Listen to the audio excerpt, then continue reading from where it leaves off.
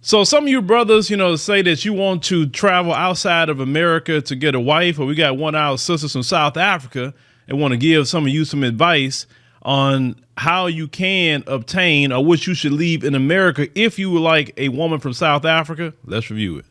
To all African American men that asked whether or not they can find themselves good wives in Africa, yes, 100% you can find yourselves good wives in Africa. I'm sure you can find yourself a good wife anywhere in the world. But if you are moving to Africa, 100%, I can tell you now that Africa has of the most beautiful women, of the most kindest, understanding women, 100%. But here's a tip, right? When you do come to South Africa or you come to Africa, the 50-50 thing that you guys do that side, leave it there. Leave it there. Please understand that the feminist movement, our ability to participate in it is very limited due to our traditions and our culture, so culture and traditions supersede any participation in any movement, the feminist movement being one of it. So it's probably not a bad idea to leave that 50-50 in the States because, Let me stop right there. Now, I've been to South Africa, I've been to Kenya, I've been to Ethiopia, and what some of you brothers maybe don't understand that's been so permeated with, Western society, particularly America, once you get outside of Western society, it's on a traditional system. Now, traditional in America, it may cost you a little bit. You got to be a man that's making some money. Just if you want to be one income, your wife at home, kids, her being with the kids, etc. Just talking about South Africa a little bit. I was in South Africa in March, right? You can do the one income thing. Let's say you brothers could be a digital nomad, right? You're making your money in America, but you're over there. Cool. I talked to one particular sister that used to be a police officer with the LAPD. She retired 20 years out of LAPD. Now she's living in Johannesburg, South Africa. And she told me the area where she's at, which it's a nice area, a 2-bedroom apartment was $600 US dollars a month. Okay. So in their society, they expect you to be a man. They expect that. So being a man is providing a household, providing, a car to drive, clothes on the back of you and your lady, paying all the bills, doing all that. That just was expected of you. And that's kind of like the majority of the African continent. Matter of fact, they not on all that feminism, which she ain't lying about. They not on the alternative lifestyles. Now South Africa do allow a little bit of that, but it's not dominant. In some other African countries, you better not come over there with them alternative lifestyles. You better not. You will get ran up out of there. But expect to be a traditional man. She's right. 50-50 don't work over there. You will also see that there's a video that I did of a gentleman that had asked whether or not Africans like African American men. And if you go to the post, you will read that a lot of women said no due to the fact that they do not want to do 50-50. Now, this does not mean that we do not have good women. It just means that at the end of the day, culture is important, And as women, we do understand that we need to be supportive, understanding, loving, and caring towards our husbands, and we will do that. We also understand that we need to work together towards a common goal, which is to make the marriage work. And we will work, and we will help, and we will support. But the 50-50 thing is not a prerequisite for the relationship. Well, what she's saying is technically biblical, right? If you would go back to the origination, they say God created man. All right. Man is the first creation of God. We are the glory of God himself. And then out of man was created the woman. So the woman is the glory of man. Now, the woman was created because God himself said, well, it's not good for these men to be alone. So let me create him a help meet. And that's what she's talking about. African women in their mindset, in their cultures, that I'll be a help meet. I will help you, assist you to do something. I'm not in equal footing with you on all this other thing. I'm not trying to pay all the bills. I'm not trying to do 50-50.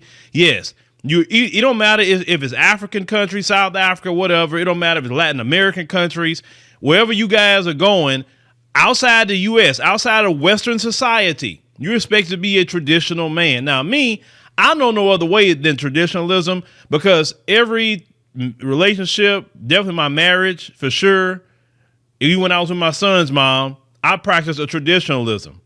I never had my children in daycare. I don't know. I refuse to. I say, no, you stay home with those children. Okay. And I pay all the bills. I get 2 and 3 jobs, but you need to be home with these kids so you can get home cooked meals, X, Y, Z. Now, my son's mom, she stayed home all the way up until he got, I think maybe kindergarten. And then she got a part-time job just because she wanted to. I said, that's cool, but make sure you home before he gets out of school, because he don't need to be coming home to no parents. I'll do the 12-hour shifts. I'll do the 16-hour shifts. When it comes to, when I had at least my little girl, she's 8 now. My wife, same thing. She was about 38 weeks pregnant. She had a job. I'm like, okay, that's the end of that. And I say, matter of fact, I say, you need to create a business at home. She was already starting to make her cakes. I say, I really think you should invest into that. Right. And now we look at years later, my wife, she good at what she do now. It was a great investment. I would say that much. It was a great investment. Telling her to, do her cakes and stuff like that, because that has taken her many, many places, with that. And I'm proud of her for that. But it's still traditional. And even to this day, yes, my wife does great with her cakes. It's still traditional in my household. I am responsible for paying all the bills. Sure, my wife assists in certain areas, but it's my responsibility as a man. That's the way I was raised with my father, my grandfathers. These are the black men. I'm talking about black men in America instilled that into my head, that you don't look to no woman to pay your bills. You don't live underneath the skirt of no woman. That was instilled right here in America. I didn't have to go nowhere to get that kind of mindset. But some of these new brothers today, this 50-50 thing, and I get why some of y'all do it, but understand, coming with 50-50 comes with mouth that you don't have to deal with. See, you're more of a powerful position when you're doing a traditional mindset, because the problem is sometimes some of you fellas, when it comes to money, you want these women to be traditional in one sense, but you still financially, you want them to help. You don't move nowhere. You don't do nothing that you can't do all on your own. And if you say, well, I help you, I say, no, I can't depend on you because you get pregnant. Sometimes you women get tired. You don't want to work long hours and you want to quit. No. We only go move somewhere that I can afford to pay all the bills. We only go get cars that I can afford to pay. That's it. I don't understand 50-50 because I never, even had I don't know how it feels to depend on a woman. Never had to do it. I'm just letting you know. And if there's an African man or a man that tells you that we do 50-50 in Africa, unamanga, they are lying to you. Do not listen to them. I'm telling you now, they are lying to you. And I'm sure there's a lot of women that can back me on this. The 50-50 thing, it's not an African thing. Tradition will always supersede everything else. I'm just letting you all know. I'm just, you guys asked me for advice. I'm giving you advice. This is a tip from me to you so that you can come and you can get yourself good wives. Now, I wouldn't want you to miss out on an opportunity to meet a good wife just because now you have asked her to split the tip or split the bill for a date that you asked her on. Now she needs to pay for her food. No, guys, no. No, don't do that. You might just miss out on a really good wife. So don't say that Samantha didn't tell me. I did. I'm telling you all now. Do not ask an African woman for 50-50. And if any other African man or men have told you that, it's a lie. It's a lie. Now, I'm going to tell you about that. She's talking about dates. Bruh, I've been to nice restaurants in Johannesburg and Cape Town, South Africa. You could take a woman on a date, bruh, over there in a fly restaurant. You can even let her drink if you want to. And you don't pay hardly nothing. Because when I went, for every $1 was about 15 Rand, South African Rand. I think that it went up since I went back in March. It is nothing to pay for a date. You're not going to break the bank. in a lot of these African countries, I know y'all talk about Latin America, but I'm talking about African countries. You're not going to break the bank, bruh, to pay for a meal. It is no issue, no problem. You can actually eat out all day. Eat out. Well, you like to eat twice a day. Let's say you like to eat out twice a day. You can literally eat out twice a day and still don't break the bank. When you bring your American dollar in exchange, for the South African rand. Matter of fact, use your credit cards as much as possible. Don't be trying to throw all that cash around, because most of the places there got credit card anyway. It's nothing to pay. So you're in a higher position already when you coming in. Now, if you living there, and I mentioned earlier about the $600 a month for that 2-bedroom apartment, but all you really need, let's say a 1, which would probably be a little bit more inexpensive. The South African system runs similar to America, where you pay, like how it used to be. You pay a deposit and you can move in. Not just 3 times the rent crap that they have in America, which a lot of people don't even make 3 times the rent in America. I mean, it's so much positivity for a lot of you brothers going over there. Then you hella respect it when you go too. They hear you Black Americans say, "Oh, you Black American? Oh, shoot, man. What was it, man? We're glad you're here." And then they just start chopping it up with you. So Johannesburg, like say, go down to Cape Town. Now, Cape Town is beautiful, but it's going to throw you off about Cape Town. You're going to see a little bit more than folks down now. Durban, more of us over there, but understand, no matter what, Black people, the majority, in South Africa. So I'll try to tell y'all, don't sleep on South Africa. Y'all brothers talking about Colombia all the time, and Brazil and DR and all that, and I say some of that is because of budget travel. I know it's what it is.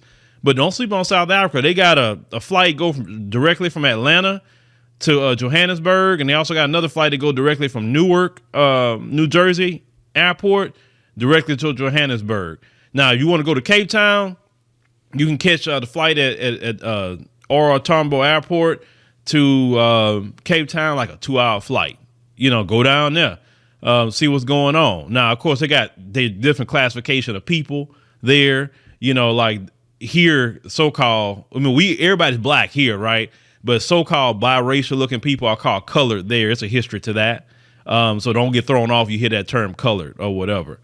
Black people got several languages, I think like 11 different languages, but the main language, people speak in South Africa is English. So you'll be cool. Matter of fact, I always suggest if you're going to go to an African country, start off with South Africa first, just from my experience. Start off with South Africa, because it's not going to be as much of a culture shock to you. Because when I started off in Ethiopia, and that was real culture shock to me. It took me a minute to get used to that. But South Africa was way too easy. But we, like I said, we going to Kenya. I'm going to Kenya in November. And I had posted that and said, hey, if y'all want to go, we got 2 more spots. Kenya is pretty cool too. They got some fly beaches out there as well. But yeah, shout out to, Sister Samantha here is putting y'all on game about some of the women out there. And, it's like I tell y'all, don't sleep on Africa, because y'all going to these Latin American countries, and I see the females y'all talking to, that's not the females of your culture. I'm just telling you. I mean, just go try out Africa too. And you'd be surprised. I'm telling you, you'd be hella surprised. Because, there's not too many brothers talking about South Africa or different African countries like that. It's always these same 2 places. And then I'm the type of person, I don't like going places where too many people are going. If you going over there, I'm going over here. Bottom line. That's why I have so many Black people went to Ghana. Okay, too many of y'all going to Ghana. I'm going somewhere else. I don't want to be nowhere too many of y'all here, because I know it's going to be some dusty folks show up and mess it up.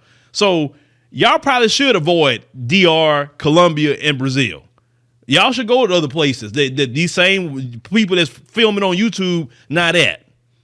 Because it'd be a fresh slate and everything. But yeah, you brothers want to try South Africa, I hella recommend it. But y'all let me know what y'all think in the comments. What Sis said, leave that 50-50 crap in America.